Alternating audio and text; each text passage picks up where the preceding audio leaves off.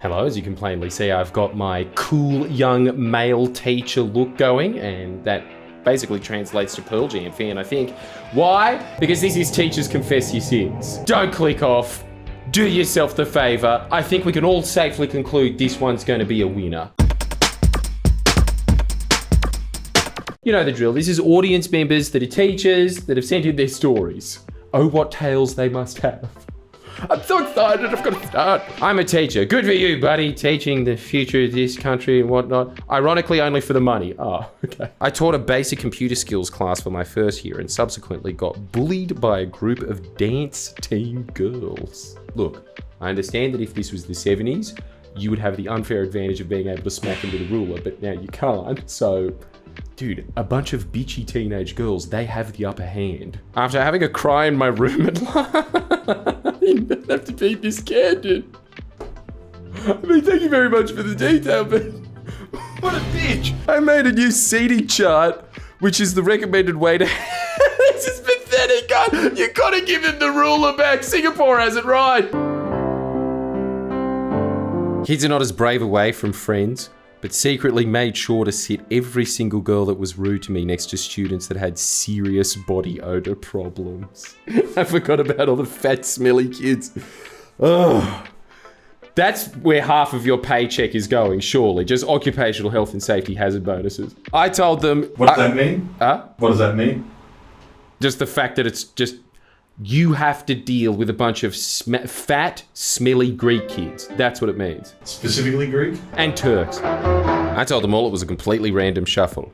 Only I know the truth. You've confirmed a lot of suspicions that I had about teachers all the time. They say to me, and Jordan, you're going to be on office duty with the quiet Christian kid that everyone's slightly scared of. You did this because you hate me, you bitch. Now, the fact that I actively dislike you had absolutely nothing to do with my final decision. It's a bingo cage up in my brain. My brother and I worked as support staff in the same school while we were studying to be teachers. My brother once told a child who had a very active imagination that if he ever beat him in a game of Uno, a black hole would open in the classroom and the world would end. He was in grade 1 at the time. I mean, yeah, that's hilarious enough that he was in year 1, but imagine if it was year 12. I think the quotation marks around active would be more if that was the case. I ended up working with the same student 4 years later, and he asked me, would a black hole really open up if I beat your brother at Uno? Holy shit, we're getting closer to year 12. I'd realized this child had been living in fear every time he played my brother at Uno. To him, it was more than a card game. The fate of the universe was literally at stake. Look, fair. I realized that us millennials might have been the last generation where this was possible, that what your mum said to you when you were a kid is just fact because Google didn't really exist yet. And so you're now 30 and thinking, oh no, I can't watch TV in a dark room. Can someone change the light bulb in here?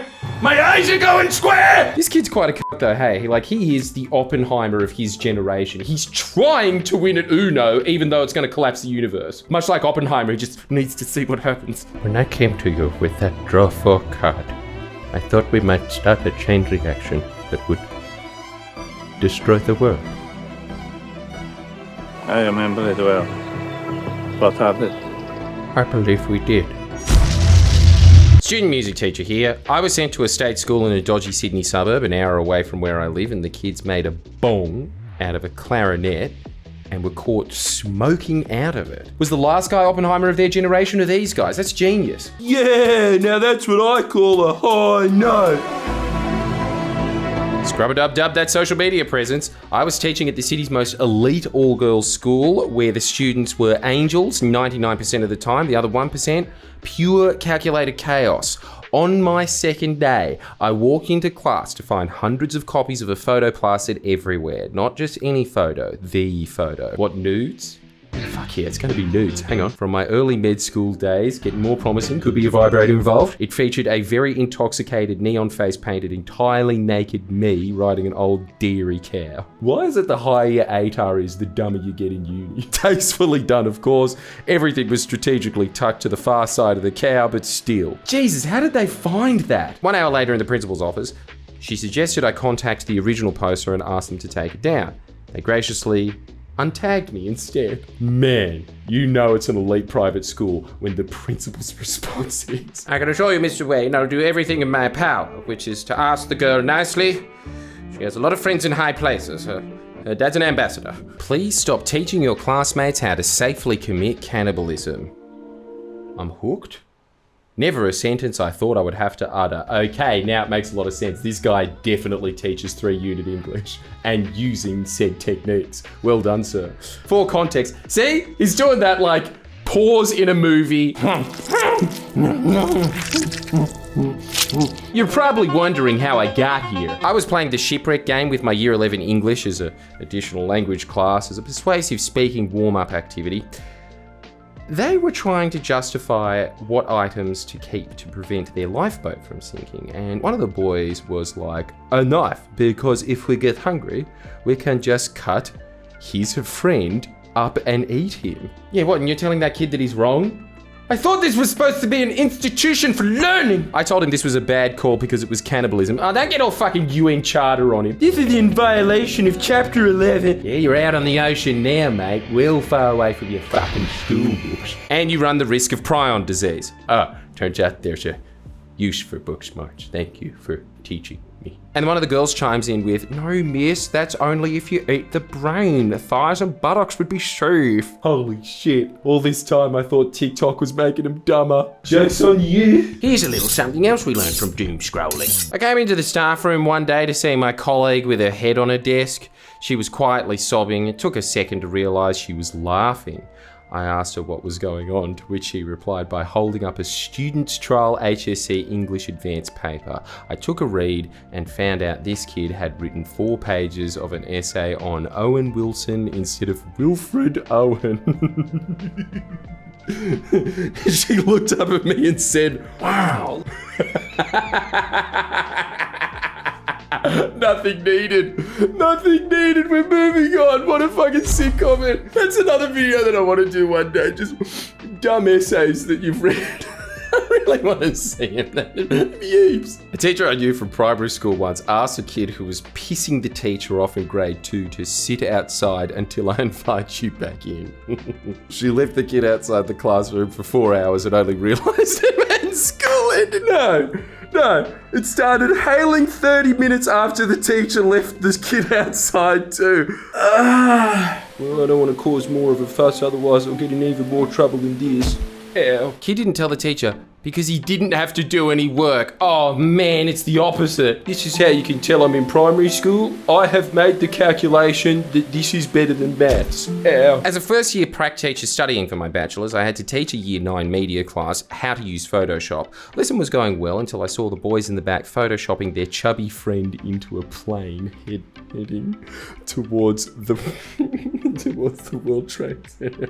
Everything makes a story funnier if it involves a fat kid. God bless the very limited reprimand for Ribena actually not having any fruit in it. It was all sugar. Holding in my laughter, I have to explain to them why this is a bad idea to Photoshop inappropriate things. Okay, look, that is a common year 9 boy W when the teacher is trying to tell you off and they're holding back laughter. That's one for the history books, Savellas. Well done. Photoshop inappropriate things whilst my supervisor, head of department of IT, is in the room. 10 minutes later, I find them photoshopping the same chubby kid slapping pokies and drinking VB.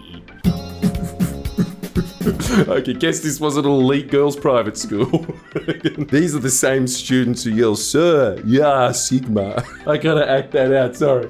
"Sir, yeah, Sigma." And Skibbity Reese. This isn't really a singular story, but more a description of a weird teacher in general. He was my English teacher from 7th to 10th grade and had a couple of quirks. First of all, he wasn't even technically a teacher. His background was actually in journalism. Damn, could it be any further away from education? The weirdest part was that despite being a journalist, he had the worst media literacy I'd ever seen. Still waiting for the weird part. That's a double take! Yet he was responsible for teaching us media literacy as part of the curriculum. Some of his takes included, but were not limited to: 1. Fake news is real, but so rare you might only see it once a decade. Holy shit, I thought that he was just gonna go down the whole indoctrinated journalism points for media literacy, but no, this This man isn't just media illiterate, he seems to just be illiterate. What does that even mean? He's sure he was a journalist and not a fucking bird watcher? There it is. The once-in-a-decade fake news. News articles don't have political leanings with very few exceptions. See, that freaks me out because I hear this all the time from not only high school kids, but university students in journalism courses, that's just the mainstream opinion that they teach these shitheads and then say, now off you go to get a job at news.com. Or the ABC. I can't tell the difference between the two anymore. The only exception he ever mentioned was Fox News. Oh wow, who got that? Which he still claimed was mostly unbiased. What the fuck? He doesn't! He really doesn't! What the hell? I need to interview this man. You gotta tell me who he is. I need to have a sit down with this guy and just, for an hour straight, talk. Bring me into your world. I'm trying to understand. Deducting points from one of my essays because the news article, I think it was the BBC, not sure, was apparently a more reliable source than the government's own statistics. You do realise they're often just reporting the government's statistics, and even if they're not, another great little window into this man's insights. Yes, the structure that keeps water clean and this education system running. Can't trust that. I'll tell you what you can trust though. Something that is owned by that very institution. What the fuck is the BBC? I'm sorry, I had to break character. It's just too insane.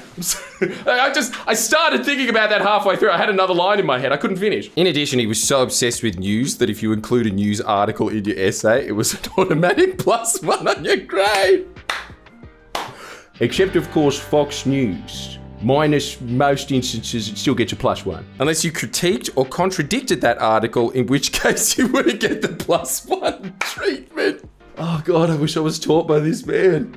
I'd really like to know how you navigate the world with that guy in the back of your subconscious for the rest of your life. I would love to know what your political leanings are, but I think we all know what it would be. Fake one, Gabby. Well, that does it. I think that we could pretty much just have this entire channel be stories of teachers, but we did have another profession that we were going to put in here, but sorry, desperate times call for desperate measures. I gotta know about your wacky teacher. Everybody had one. That can't be the weirdest guy that clearly has been through a couple of rough divorces and is definitely halfway down his third. Let me know in the comments, what did your wacky teacher do? What made them wacky? Keep them pithy, like and subscribe, buy whatever the fuck I'm chilling here, I can't remember.